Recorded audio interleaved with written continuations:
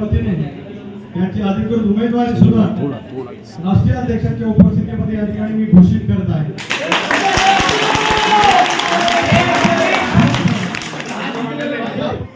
त्याचे पिता श्री बाबा यांच्या नेतृत्वाखाली सर्वसामान्य माणसांची सेवा केली. पुन्हा एकदा राज्याच्या विधानसभेमध्ये फार चांगल्या मोठ्या फरकाने हे आमचे तरुण सहकारी निश्चितपणे निवडून येतील असा विश्वासही या ठिकाणी व्यक्त करतो. पुन्हा एकदा जिशांची तुमच्या असंख्य सहकारांचं राष्ट्रवादी काँग्रेस पक्षाच्या प्रवाहामध्ये अंतःकरणापासून या ठिकाणी मी स्वागत करतो.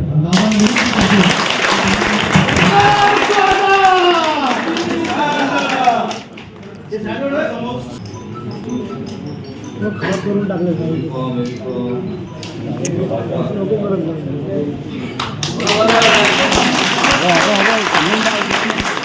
गुजराती में तो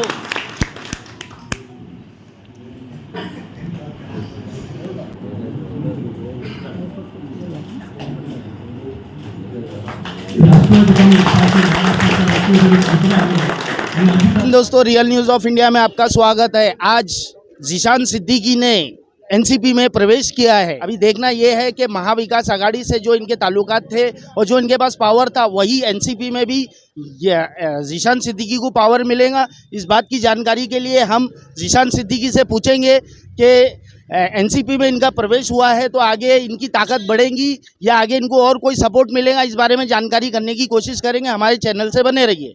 आज जिस तरह से एनसीपी में आपका प्रवेश हुआ है तो आगे बांद्रा विभाग में जब आप इलेक्शन लड़ेंगे तो जिस तरह से कांग्रेस में आप एक मजबूत दावेदार थे तो एनसीपी से यही पावर आपके पास रहेगा। देखिए, आज अजीत दादा ने, प्रफुल्ल पटेल जी ने, सुनील तटकरे जी ने, राष्ट्रवादी पार्टी ने, एनसीपी ने जो मुझ पे भरोसा दिखाया इस कठिन समय में, मैं उनका शुक्रिया अदा करना चाहूँगा। मेरे पिताजी बाबा सिद्दीकी जी का जो अधूरा सपना था उसे पूरा करके रहूँगा और वांदे पूर्व की पूरी जनता मेरे साथ है। आज सुबह हम इधर आए थे एबी फॉर्म कलेक्ट करने के लिए, मैं उनका शुक्रगुजार हूँ क्योंकि महाविकास आघाड़ी ने तो हमेशा की तरह इस कठिन समय में भी हमारे साथ खेल खेला है, मगर एनसीपी हमारे साथ खड़ी है और जो हमें सम्मान देती है उसके साथ हम एंड तक खड़े रहेंगे और जनता मेरे साथ है। इस बार रिकॉर्ड ब्रेकिंग विक्ट्री हमारी। हमारे साथ है 92 वार्ड के जिम्मेदार यीशु माड़ी जी से पूछेंगे कि आज जिस तरह से सुबह 8 बजे के समय पे मंत्रालय आना हुआ है, एनसीपी में जीशान सिद्दीकी का प्रवेश हुआ है, तो यूसुफ माड़ी जी से पूछेंगे।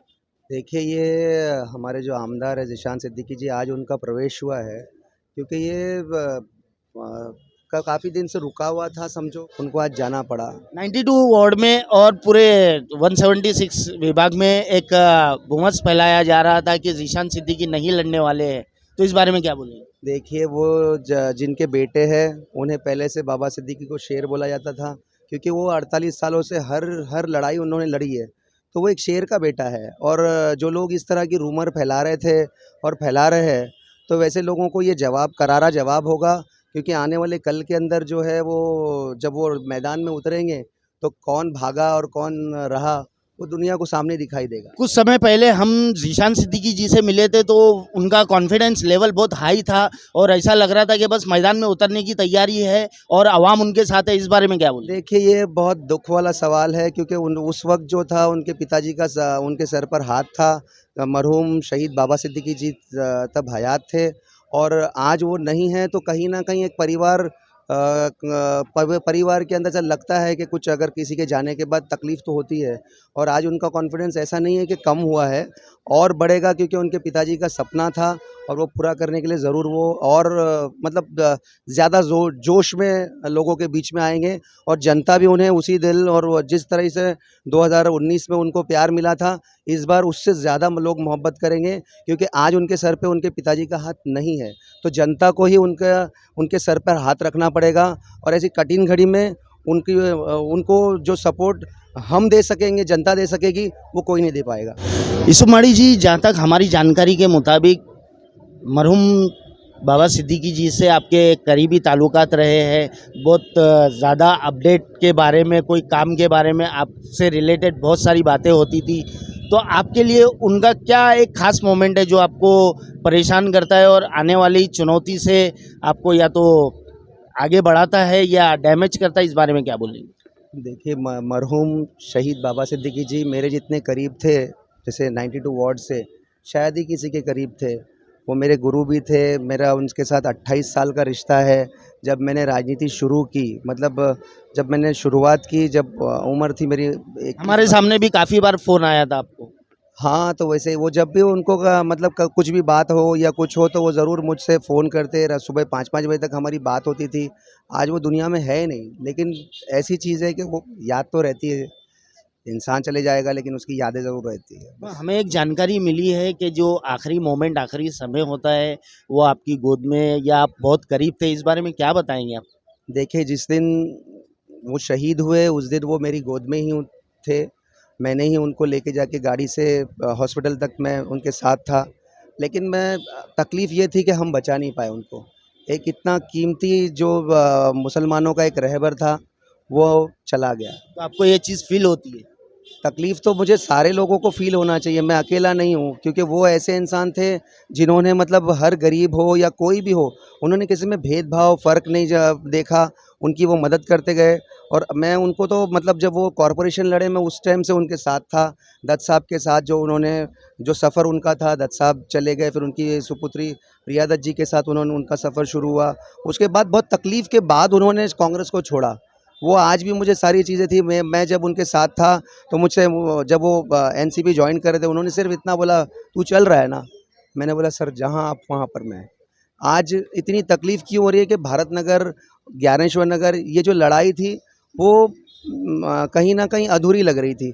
लेकिन आज जिस तरह से ज़ीशान सिद्दीकी जी को अजीत दादा पवार का साथ मिला, और आज उनका जो आने वाले कल में फॉर्म भरने के लिए उनको एबी फॉर्म भी मिल गया, तो आज भारत नगर के और ज्ञानेश्वर नगर के लोग थोड़े से मतलब ऐसे मतलब उनको एक और हिम्मत मिल गई है। क्योंकि जो लड़ाई अधूरी जो रह गई थी भारत नगर वालों की, ज्ञानेश्वर नगर वालों की, सबको पता है आज वो दर्द जो था वो आज कहीं ना कहीं उसमें मरहम ज़रूर लगा। देखिए, जिस तरह से यूसुफ बड़ी जी का कहना था कि इस टाइम पे पब्लिक का सपोर्ट ज़ीशान सिद्दीकी जी को बहुत है, और ज़ीशान सिद्दीकी का कॉन्फिडेंस लेवल भी बहुत ऊपर हाई जा रहा है, कि जहाँ तक ऐसा लग रहा है कि वो शख्सियत अब दिमाग में बिठा ली है कि मुझे लोगों के हित में, जो उनके वालिद साहब का सपना था, जो वालिद साहब सोच के रखे थे मरहूम बाबा सिद्दीकी जी, अब वो पूरा करने के लिए पूरी तैयारी कर लिए है। इसी तरह से हमारे चैनल पे बने रहिए। तो आइए, हमारे साथ है ज़ीशान सिद्दीकी के कार्यकर्ता, तो उनसे पूछेंगे एनसीपी में ज़ीशान सिद्दीकी ने प्रवेश किया, इस बारे में जानकारी लेंगे। लियाकत जी, आपकी एक्टिविटी हम बांद्रा ईस्ट में देखते आ रहे हैं काफ़ी समय में। आप बहुत दिनों के बाद यहाँ पे नज़र आए हैं कि मंत्रालय में आज आपका आना हुआ है। तो आने वाले दिनों में जिस तरह से ज़ीशान बाबा सिद्दीकी आज एनसीपी में प्रवेश किए, तो मरहूम बाबा सिद्दीकी जी के जाने के उससे कुछ कमी आ सकती है, कुछ इफ़ेक्ट पड़ सकता है? अस्सलाम वालेकुम। बेशक आपने जो सवाल किया, मरहूम बाबा सिद्दीकी नहीं, मैं तो कहूँगा शहीद बाबा सिद्दीकी साहब, जिनकी कमी हमें बहुत महसूस होगी, लेकिन जनता ने ये दिल बना लिया है कि हम उनकी कमी को वोट में तब्दील करेंगे। हम उनको वोट दिलाकर ये दिखा देंगे कि ज़ीशान भाई को पिछले बार 40,000 वोट मिले थे, अब हम उसको 80,000 वोट दिलाएंगे। ये बाबा सिद्दीकी की शहीदी का मर्तबा हम लोग उनको उस तरीके से देने का इरादा कर रहे हैं। और रही बात, ज़ीशान भाई एनसीपी में गए, ज़ीशान भाई एनसीपी में जाते या आज़ाद आते, तो ये जो भीड़ आपको नजर नहीं है, उनके साथ में हमेशा रहती, क्योंकि उनका काम बोलेगा। लियाकत जी, हमने गौर किया है कि इस टाइम पे ज़ीशान सिद्दीकी का एक कॉन्फिडेंस लेवल बहुत हाई लेवल पे है, तो इस बारे में क्या बोलेंगे? फुल ऐसा लग रहा है कि मैदान में उतर गए सीधा सीधा, ये कि अब मुझे जवाब देना है। भाई उनका काम उनका जवाब देगा। उन्होंने जो काम किया है ना, मुझे लगता है 1947 से आज तक के इतना काम किसी एमएलए नहीं किया होगा जितना काम इसने कर दिया। इसके लिए उसके काम को भी सलाम है और ज़ीशान भाई को सलाम है। हम पूरी जान माल वक्त लगा देंगे ज़ीशान भाई के लिए, और एक हम लोग उसको एक ये तोहफा टाइप में देंगे ज़ीशान भाई को कि ये देखिए, आपके डैडी अगर नहीं रहे तो क्या हुआ, पब्लिक आपके साथ है।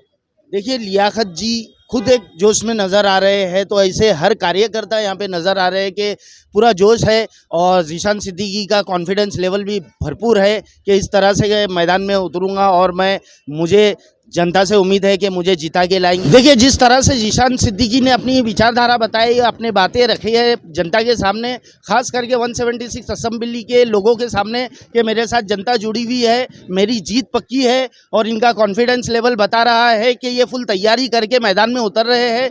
इसी तरह से हमारे चैनल पर बने रहिए। जय हिंद, जय महाराष्ट्र।